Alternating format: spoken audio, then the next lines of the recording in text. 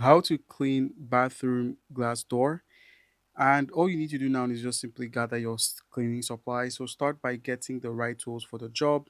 You will need a glass cleaner or vinegar solution, microfiber cloth, a sponge, and a squeak G. And then all you need to do now is simply apply the cleaning solution. So go ahead and apply this cleaning solution by spraying the cleaner evenly across the glass door and let it sit for a few minutes. Once you're done, proceed to scrub the surface using a sponge or cloth. Scrub away soap and buildup.